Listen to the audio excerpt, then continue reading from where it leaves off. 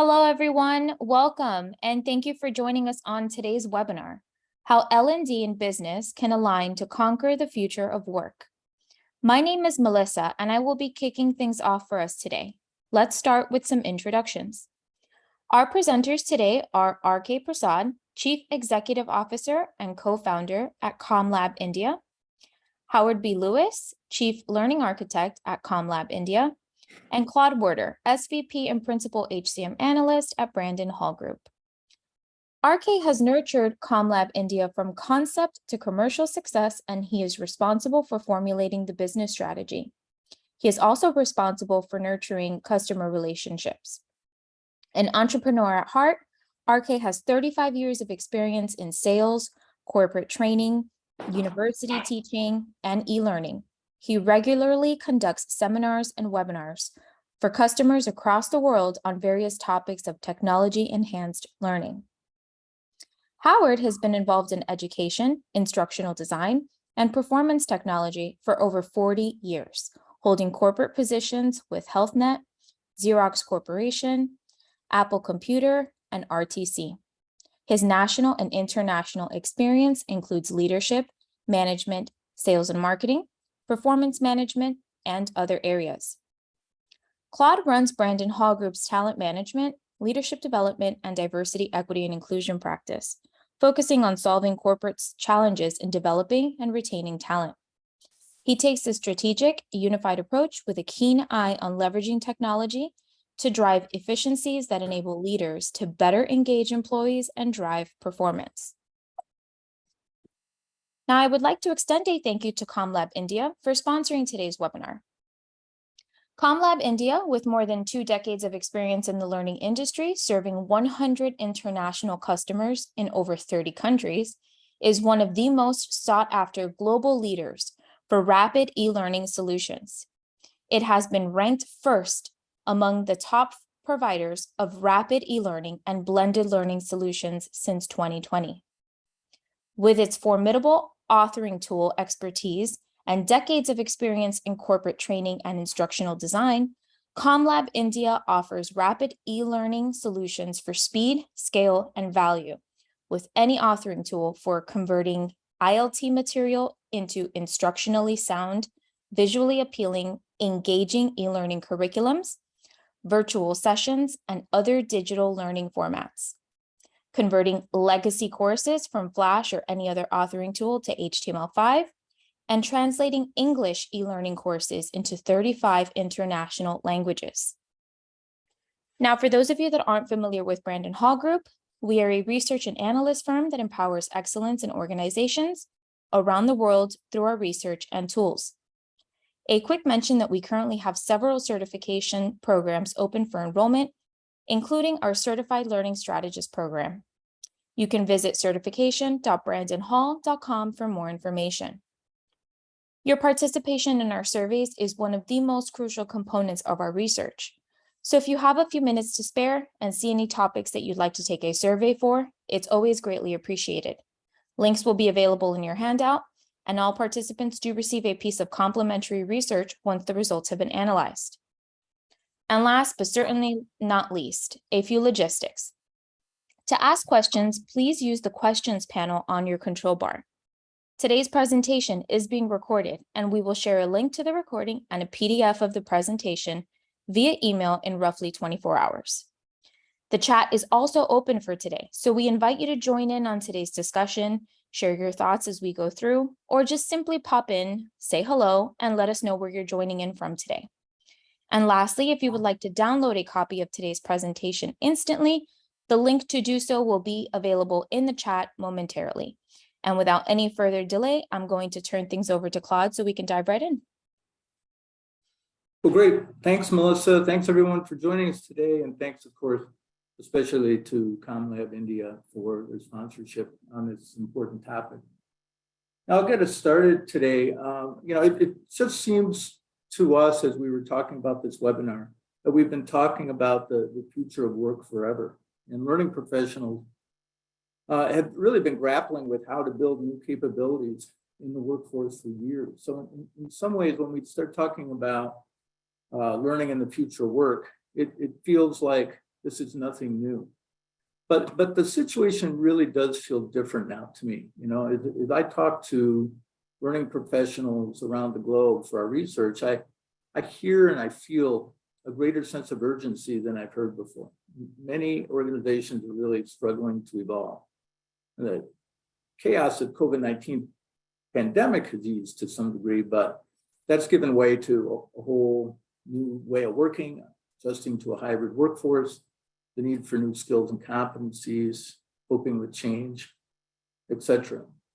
And then the convergence of technology advancement over the last couple of years and the volatility, of course, the last few years, has created an environment where thinking ahead to the next 3, 5, 10 years has become more critical than ever before, and I think more fraught with complexity than ever before. So L&D teams then find themselves being called upon to deliver really big changes, help the business meet these impending challenges. And so the good news is this graphic on the slide shows is that the learning function has never been more important to the success of employers as it is right now. The research shows that 62% of organizations, if you look at the two right-hand columns, rank L&D as important or critical to the success of the business. And that's obviously important and a real opportunity for L&D professionals. Go to the next slide. Unfortunately, most learning organizations are really struggling to meet these expectations. We have a study that we did this summer called Transforming Learning for the Future of Work. And it shows that, if you look at the top bar, it shows that less than half of organizations believe that needed performance outcomes are directly tied to learning objectives. Even fewer believe in the middle bar that business objectives and talent development objectives are aligned. And only 31% believe that talent development objectives are directly aligned with performance outcomes. So the bottom line is that the alignment between the L&D and talent functions and the business is not where it needs to be. And while that may not be a new development, the urgency to forge a better partnership to achieve measurable benefit has really increased. So as we move to the next slide, where we stand now then is we've got the 62% of organizations that believe L&D is important and critical to business success, but only 37%, if you look at the two right-hand columns, only 37% believe that learning is positioned well to develop these capabilities needed for the organization to succeed. So what we have here is a pretty significant gap. And what we hope to achieve in this webinar is to provide some insights and a roadmap to help you close or eliminate that gap and as quickly as possible. We interview learning professionals almost every day, and we know that everyone is working really hard to create learning that has more business impact. But this gap between the importance of learning and the results being delivered is too wide to be solved by simply making better learning, by making it more interactive or delivering it in shorter bursts or making it available in the flow of work. The changes needed here go well beyond how learning is developed and designed. It's really more about the ability to understand the business and focus on delivering performance solutions. Learning solutions cannot be on their own. They're not enough to drive better performance. It's obviously more complicated than that. And so to help businesses succeed in the future work, L&D professionals must become strategists in partnership with stakeholders across the enterprise. And so we've developed a framework that we'll show you on the next slide at a high level. We want to go over it because it kind of shows all the different types of competencies that a learning strategist needs. So if we look at that slide, we've identified 24 competencies of a learning strategist. And don't worry, we're not going to go over all of them. We've divided the competencies into two parts: of professional competencies for the individual learning professional and organizational competencies to drive better business outcomes. Let's take a look at a few examples of the professional competencies. These are for individuals need to have in order to really do a great job in driving performance solutions. So one example would be business acumen. And I can't tell you how many times learning professionals and other people in HR have told me they don't really have a really good idea of what the business does. And whenever you hear that, alarm bells should go off, because you really need to understand the inner workings of the business and the challenges faced by workers in various phases of the business in order to really drive performance solutions. You also need to be adept at brainstorming, ideation, and iterating solutions, because things keep changing, and just designing a learning program is not enough. You've got to be able to come up with solutions and then iterate as you get more information. Another thing that I think gets overlooked is learning's need to advocate for change and lead change necessary to drive better performance outcomes. Your job doesn't stop when you've designed a solution with your colleagues in the business. You also have to work along with all of them in making the change occur. Inclusiveness, inclusion, huge. Being inclusive for everyone involved in needing to drive performance, from the CEO and getting that person's buy-in, to the learners, to customers, to really anyone who's involved in creating the business solution. And then, of course, data science is another example. Being able to collect and analyze a wide range of data to ensure the strategies you're devising are aligned with actual situations, and that your solutions are getting the desired results that you're looking for. So then there's the organizational part, and I'll just touch on a couple of those. But one of the things we talk a lot about is performance consulting. And certainly already in the last couple of years, we've seen learning functions adding performance consultants to their teams. But from where I sit, really all learning professionals need to think like a performance consultant. Because I've talked to too many learning professionals who, when there's a business problem or a performance problem, they look to solve it with a learning solution. Sometimes that is the best course, but not always. Sometimes you need to look deeper into what the root cause of an issue could be. It could be the structure of the talent, the types of people you have. The roles aren't set up right. There could be a variety of reasons for the problem. Learning could be one of them. Training could certainly be one of them, but it's probably not the only. So the bottom line is the learning professionals really have to be solution strategists and be able to wear many different hats depending on the situation. So CommLab India has helped many organizations evolve their approach to driving business results. So we want them to take it from here and drill down, and I'll turn it over to RK to get us started. Thank you very much, Claude. Thank you very much, Melissa, for a beautiful introduction. And thank you, Claude, for this wonderfully comprehensive competency framework which you have given us. So I think we need to go a little back to a small introductory slide which I have. I think Melissa has given a very good introduction of my background. So I'll not spend too much time here. As you can see on the screen, I've done my life sciences at the undergraduate level, and I did my MBA.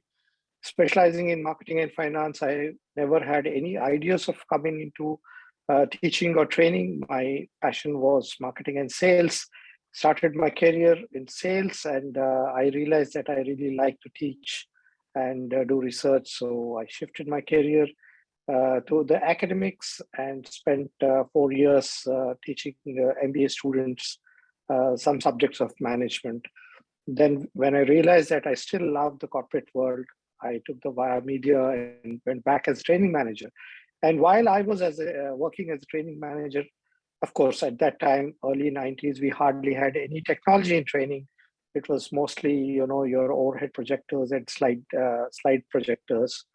But then I could see, as technology permeated into other functions of business, I could see that sooner than later, it is going to come into the training and learning domain. And with that in mind, I started CommLab with my good partner, Dr. Aisha Habib. And since then, for the last 22 years, we've worked with many global organizations across the world and designed and delivered hundreds of training hours. And then I could also not only be a spectator, but also a participant in the changing role of training over these decades. So I think I'm in a good position to share with you what's going to come next and how are we going to, face the challenges which Claude has so nicely painted for us.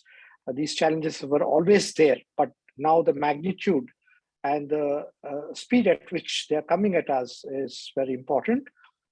So before I jump into my piece of presentation, I would request my dear friend Howard to speak a little about himself.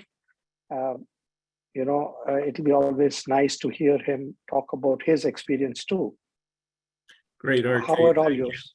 Yeah, thank you. And just to kind of characterize my journey so far. So, 4 decades working on my craft, continuously trying to refine and improve my abilities. And so I used education as an opportunity to help me do that, both in terms of occupational safety and health, where I did start out my career working for a safety equipment manufacturing company, and then moved into Xerox, eventually Apple Computer, and then into healthcare. So I spent half my career working inside of corporations and leading training organizations, learning organizations, and then now the second half of my career independently and having a wonderful relationship for over 15 years with ComLab. But I really see myself as a pioneer and a change agent. Claude mentioned that, being a change agent and really working in a consultative fashion with our stakeholders. And I think that's just so important. But we have to bring that energy and bring that capability and that sense of how do we pioneer? How do we change, the way we're doing things to be more efficient, more effective? And we'll talk in more detail about some ideas and frameworks to help us all do that. And so it really is trying to move from some of those traditional training approaches and training metrics of how many people attended a class, to how are we helping drive the business? So that holistic thinking, the systems thinking, the consultation that we do and developing strategies. Of course, we've got to implement right away. That's what's most important. And so it's that idea of, finding appropriate solutions and being that critical business partner across the organization.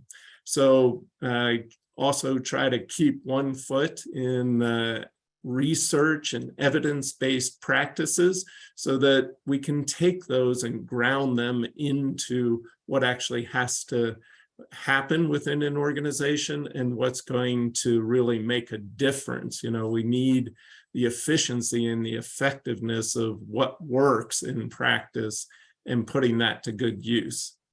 So, RK, let's continue our path here.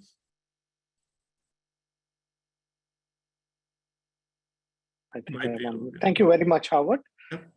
Let me take this forward. So I can see that there are many participants for this webinar, and what our goal is to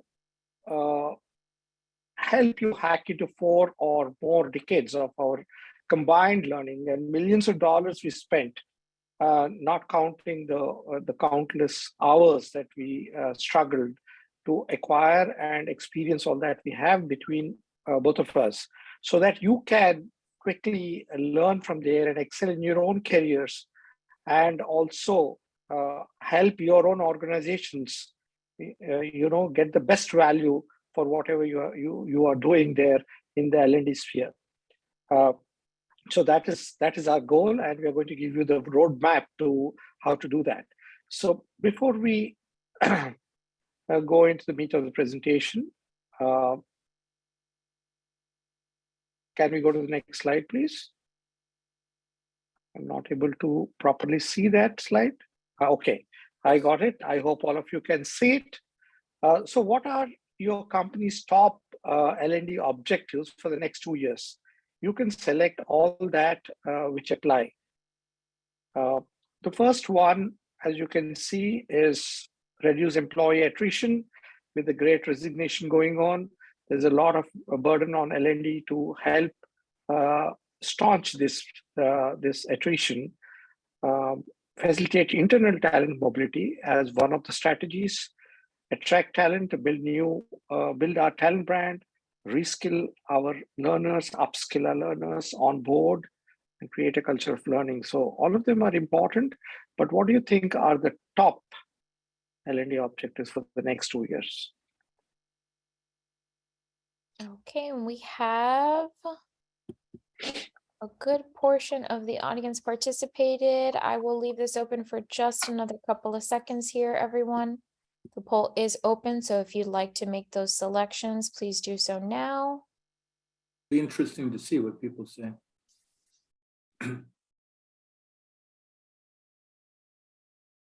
Okay, great. And we have, all right, a lot of you participated. So I'm going to go ahead and end the poll and share those results. What we got here? Oh, wow. Look Yeah, at so- that. So we have very, very surprising, personally surprising is create a culture of learning and upskilling. Upskilling, I think both are equal at 74%. And onboarding employees efficiently is 53%. And then we have 237s, that is reduce attrition and attract talent or build our talent brand, and facilitate internal talent mobility is 32%, which is more or less in that category. It's very interesting poll here, very educative for people like Howard and myself. Okay, Melissa, you can close the poll. Can we go to the next slide, please? Okay, so I would request the participants, I hope you have downloaded the ebook, the workbook which was given to you. If you haven't, then you can go ahead and download that from the link which was provided to you. So I would like you to take just a few, a few minutes or maybe just a minute to scribble your career goals, for the next 3 to 5 years, or even for 1 year. Link it with your financial goals and some personal development goals, just about, between 1 and 3 goals. Just scribble something there, because I cannot overemphasize the importance of jotting down such things. You can go back to them and refine them later, sharpen them better, make them SMART goals and, things like that. But please do open your ebook, your workbook, and type in these three, these 3 goals: career, financial, and personal development. I'll just pause for a few seconds here, and then Sushmita can take us to the next slide.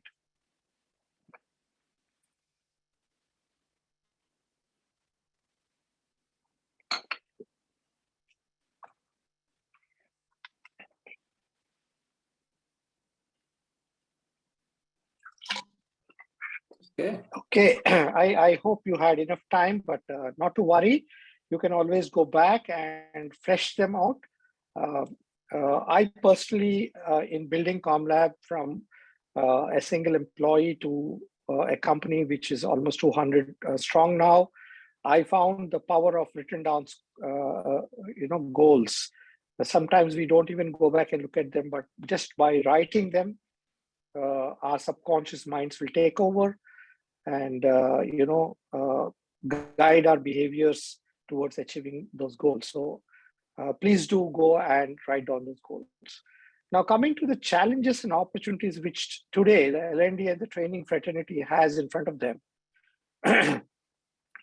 we have put them in 3 buckets. We can, make a different classification. But for the sake of this presentation, we kind of put them into three buckets. That is globalization, changing demographics, and the changing technology or the role of technology in L&D.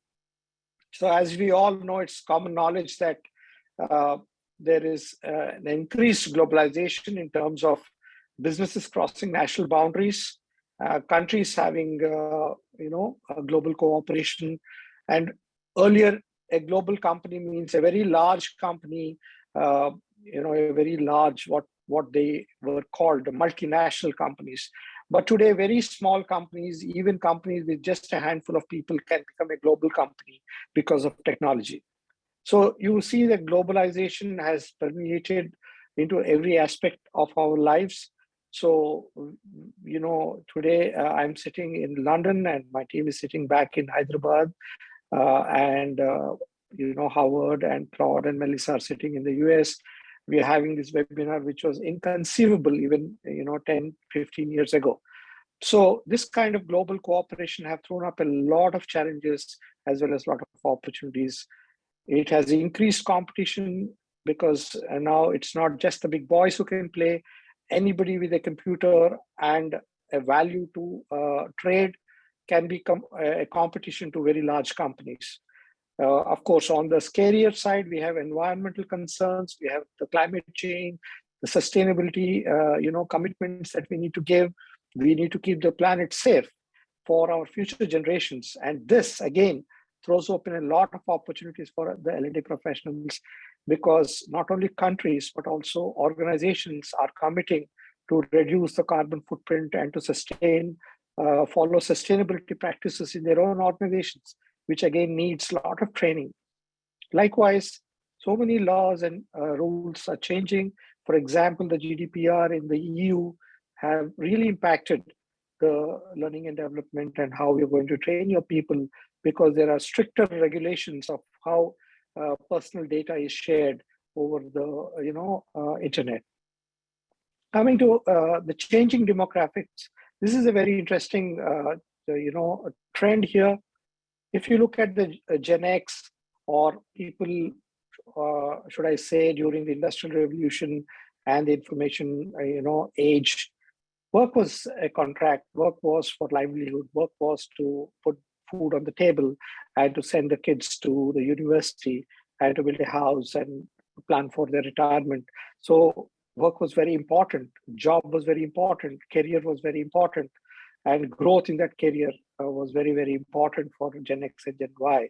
But if you see, in the next 5 to 10 years, 40 to 60% of the workforce are the latest digital natives, people born in this generation, the Gen Z.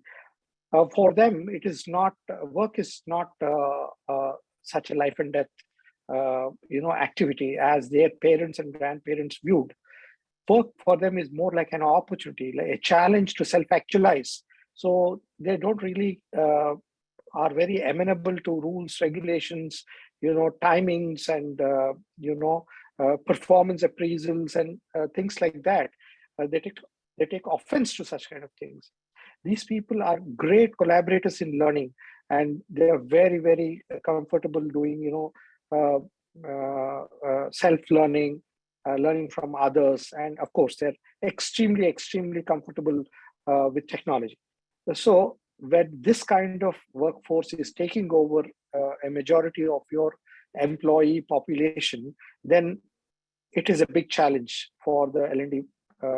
We cannot go to the conventional classroom or a long e-learning course. Maybe we look at micro-learning, we look at just-in-time learning, we look at more collaborative learning, and these are all the opportunities. And I think I don't need to talk too much of technology. We have seen technology first enter the business organizations in a very lowly, mundane kind of function like accounts, and then it quickly went into finance, and then into manufacturing, and then into purchase, which became supply chain. And then into R&D, and almost the same time it came into learning. And once it entered learning, it really transformed the way people learn, people teach, and facilitate learning in organizations.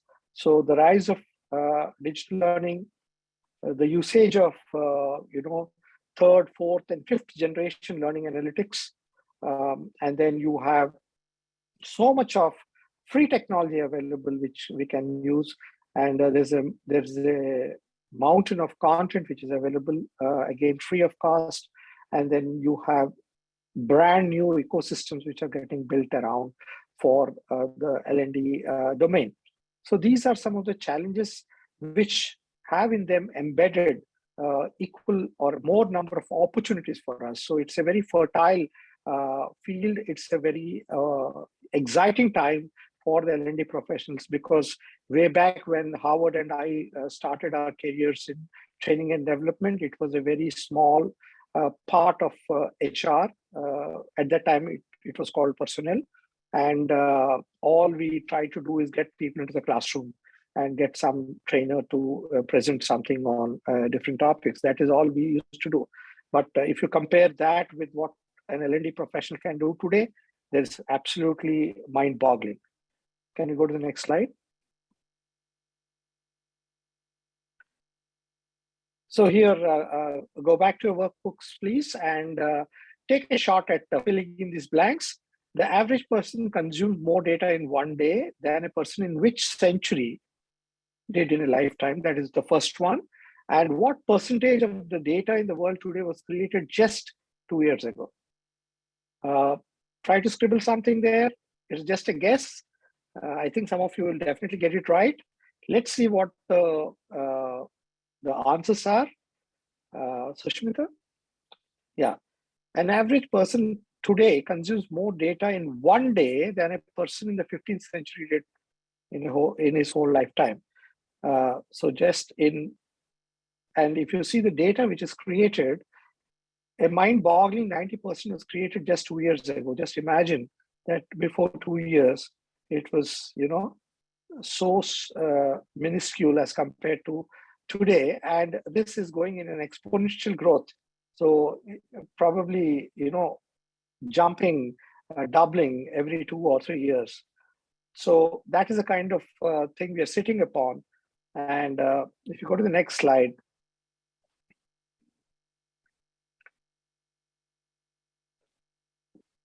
we see that in the challenges and in the opportunities, we saw that there is globalization, there is a changing profile of demographics, and there is also a huge technology, way back, a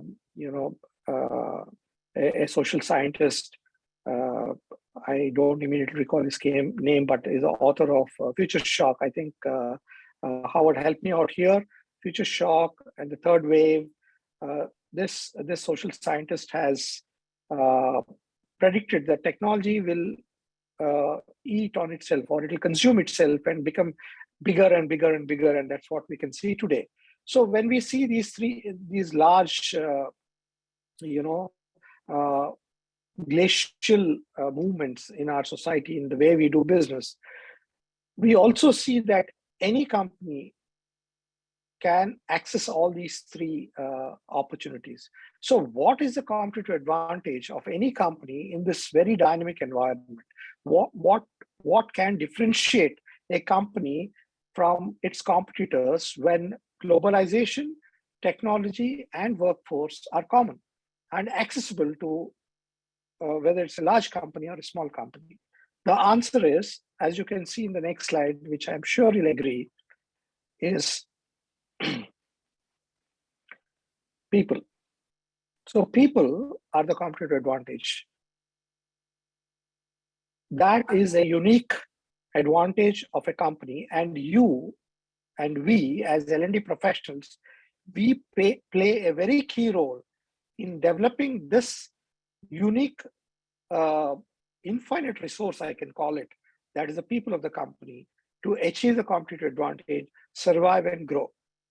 So at this point, I would hand it over to my colleague, Dr. Lewis, to take you forward, and I'll come back towards the end. Thank you very much for your participation till now. Very good. Thank you, RK.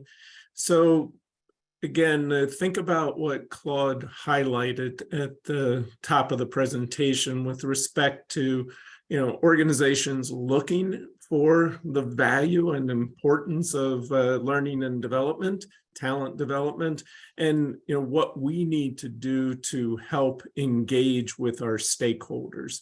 So I'll really focus on that and talk first about why is a business impact, whether it's for-profit, not-for-profit, but we're in the business, why is that impact so critical for us to focus on?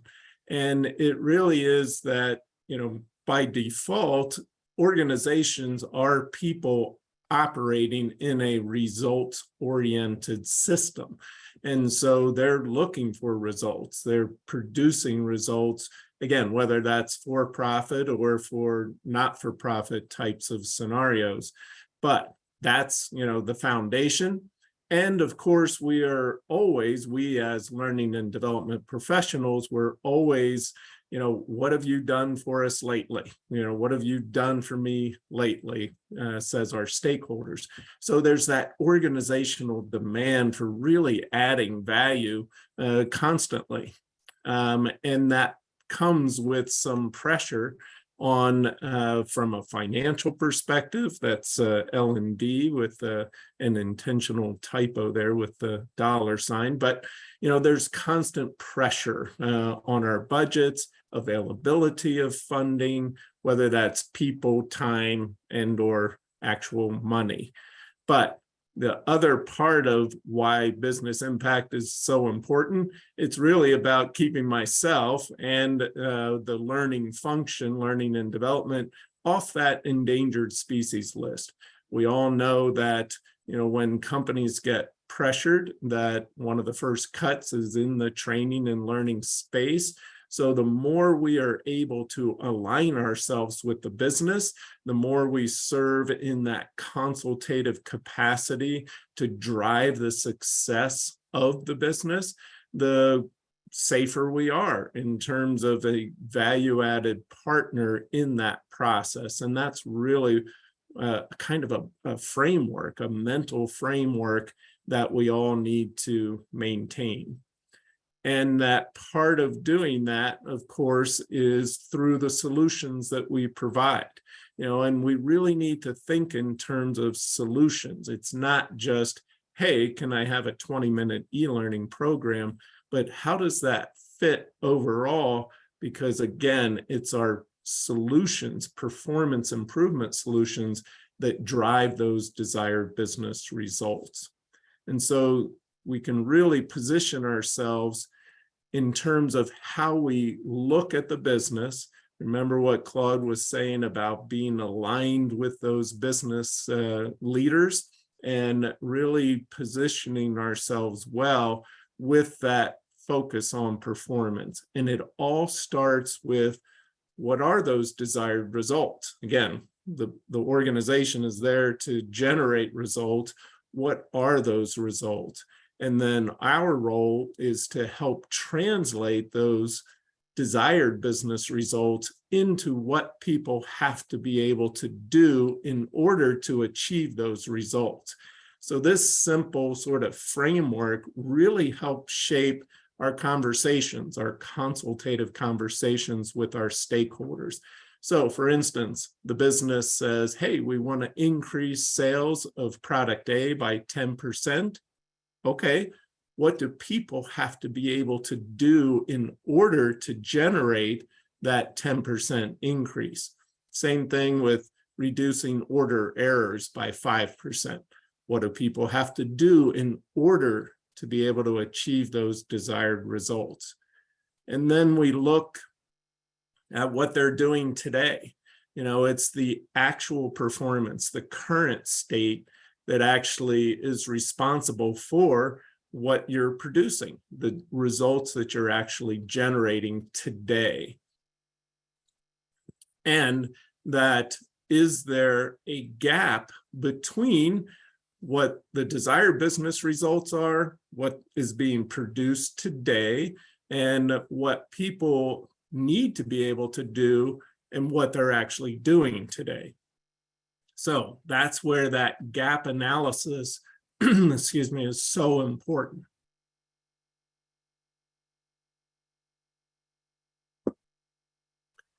So as performance consultants, performance technologists, and instructional designers, learning strategists, all the different roles we can play, we live in the gaps, and analysis, that idea of separating and pulling apart so that we can see the individual elements, then that is what helps us to design and develop appropriate solutions to close these gaps.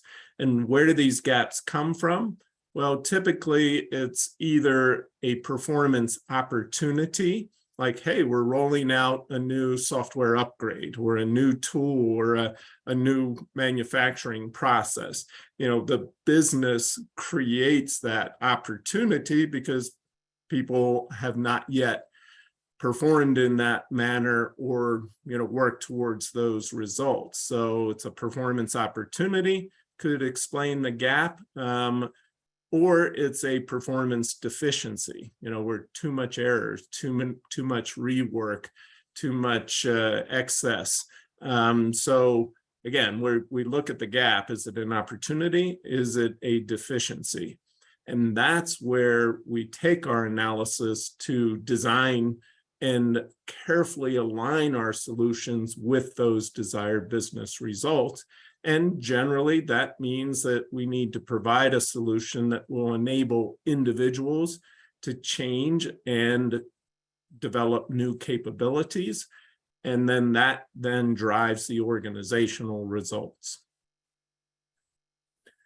We can stretch that perspective and really bring a holistic focus. This is so important when we look at performance and what's needed to generate those desired business results. Holistically, we can think about the work, worker, and workplace, just kind of a quick way to frame up. It's like, what's going on with the work, the flow of tasks between individuals across the organization? What's that workflow look like? Is it efficient? Is it optimal? Is it based on best practices? We think about the workplace, we think of the culture of the organization, how people work together, is knowledge and our best practices being shared across the organization. So we think about work, workplace, and the individual worker. And we even have to think about that individual in a more holistic way, not just knowledge and skills. All of that is what drives those desired business results. We look at the gap to better understand how to efficiently and effectively close that gap.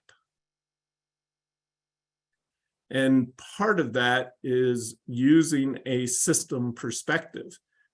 So if we drill down a little bit more on the individual performing, the worker, that we know that, and we look for what inputs they receive.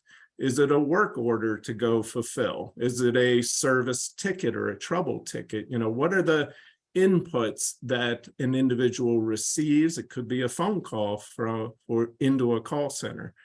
Then they go through specific tasks and subtasks. Those are the processes that they carry out. And some of them are true processes, some of them procedures, but that's the work that's actually being done. And then they generate outputs. It could be sales produces an order. The order then goes to fulfillment. So inputs, process, outputs. And then we always look, to see what kind of feedback is available. We want to make sure we have closed systems because it's that feedback that allows and supports continuous improvement. And then again, we have to think holistically. And when we look at the individual, there are other factors in addition to the base knowledge and skill. And some of those things include expectations, our leaders, what leaders pay attention to gets done. So are those expectations being communicated clearly to those individuals? And Claude had talked with us about a bit of research that also shows what are the expectations of the individual? What do they need? What's going to help them? And I think this is going to be even more important as we move forward with adaptive learning and prescriptive learning and some of the other benefits that we can gain from the technology and learning analytics. But other things like standards, are the standards for performance, the conditions and criteria behind what people are doing, are those clear? Are they best practices? And of course, we have to pay attention to potential obstacles and barriers. What interferes with the individual's ability to perform and subsequently drive those desired results? And consequences. This is always an interesting one. I was talking to a client about how they have a problem, and an expensive problem, with parts inventory. The service techs are not necessarily consistently logging the parts that are being used, and then the parts inventory gets out of whack and it drives callbacks on services. So those types of things, what happens? Is there a consequence of not performing? And those can be positive or negative, but we actually have to pay close attention to those, along with the knowledge, skills, and abilities. And of course, there are those intrinsic and extrinsic factors that, drive motivation, helping people move towards the desired performance and generating those desired business results. So when we look at some of those core competencies that Claude highlighted, the idea of the consultation, the idea of aligning closely with the business and coming up with, more blended approaches to helping support performance, we need to look at what people have to do in order to generate those results. We think holistically across the worker, and workplace. And then as we move into those different elements, we can take this systems perspective to help pull apart, analyze, and then subsequently design really effective solutions to close the gaps and to help our organizations succeed. So those are some things that I think you can apply right away, refine what you're doing currently, and then bring in some other capabilities. So really important to be able to have those consultative conversations and support stakeholders and help them achieve those desired results. All right, Kate, I'm gonna send it back your way. And just a quick reminder, we've got about only 10 minutes left. If anybody wants to send us any questions that we can maybe handle at the very end, but we do only have about 10 minutes.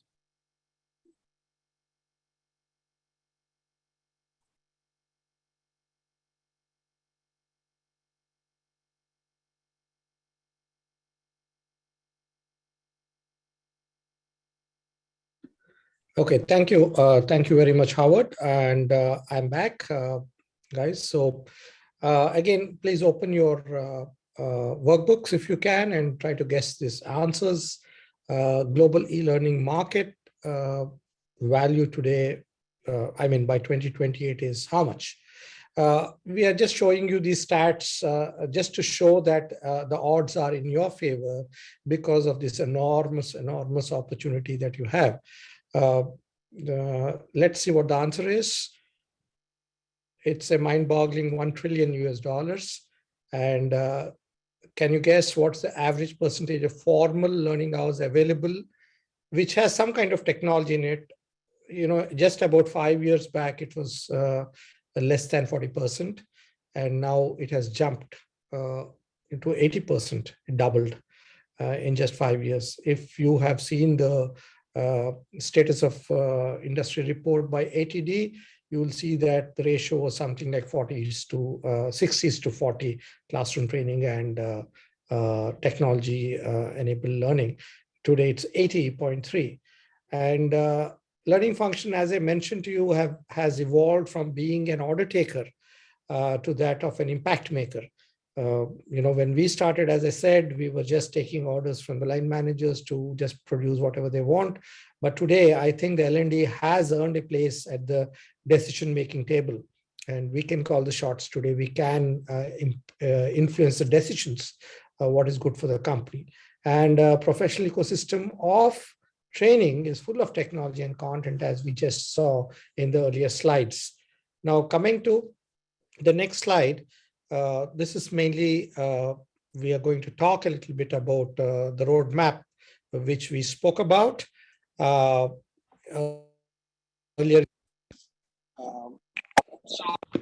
As you all know, that the ecosystem for a training professional is like very, very, very extensive. So we can see a lot of internal elements of the ecosystem inside the organization, as well as outside the organization. We have so many resources, technologies, tools, which are coming, hundreds by the month. And a lot of them are free. And then we can pick and choose a lot of stuff to give the best to our people. Now, when it comes to the roadmap, I have again made it a little interactive. And I think this draws heavily on what Claude has given as competencies which are required for an effective L&D professional.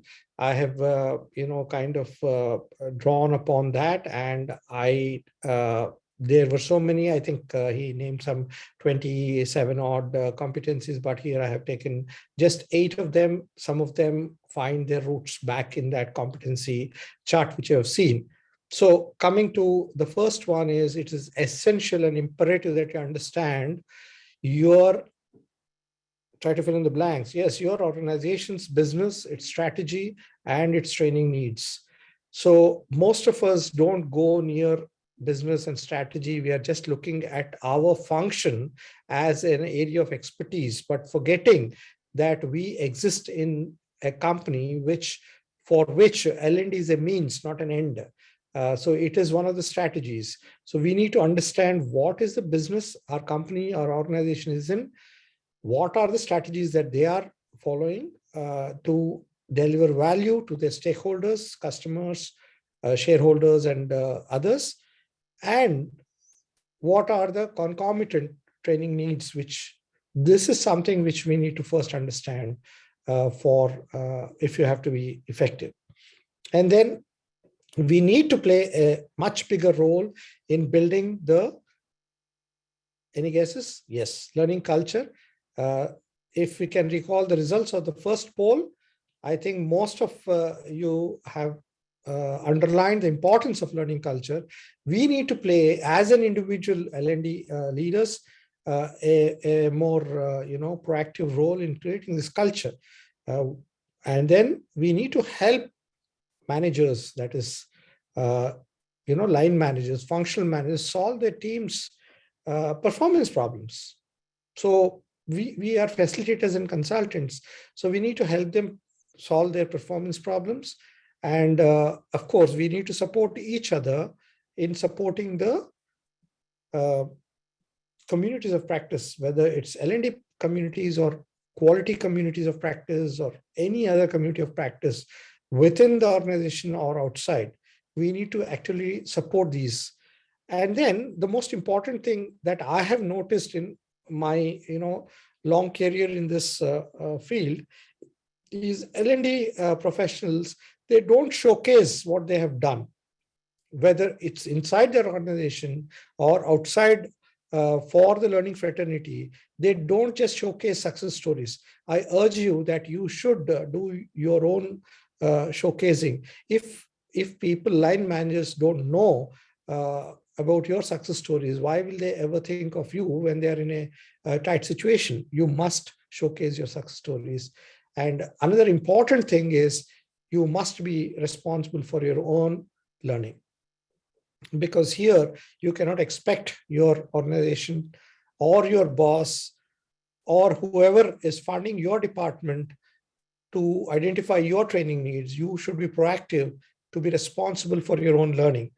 And more than any time in the past, as Claude has mentioned right in the beginning, the top 3 skills that are needed are essentially the first one being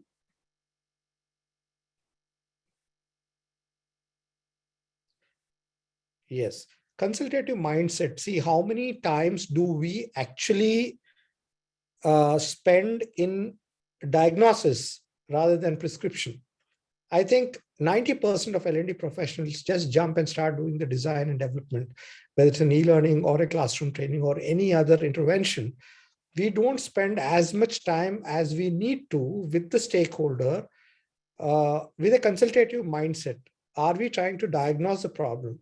Please remember Joe Harless's questions. Are we asking those questions? Is training really the solution to his problem, or is it something else? So are we in the consultative mindset, or are we just shooting from the hip and going and doing something to their bidding? And when it doesn't work, training gets blamed. You get blamed, saying that, oh, it doesn't work. The second thing is, once we understand the problem, once we understand that training can solve it, then comes your analytical thinking of analyzing the problem and getting a deeper understanding. And then your creativity, you have to put on your creativity cap, design a creative solution at the minimum cost and at a very fast time frame. Your stakeholders cannot wait for 6 weeks or 8 weeks. They want it now. So you got to be very creative. You got to think rapid. You got to think doing things faster and more economical, right?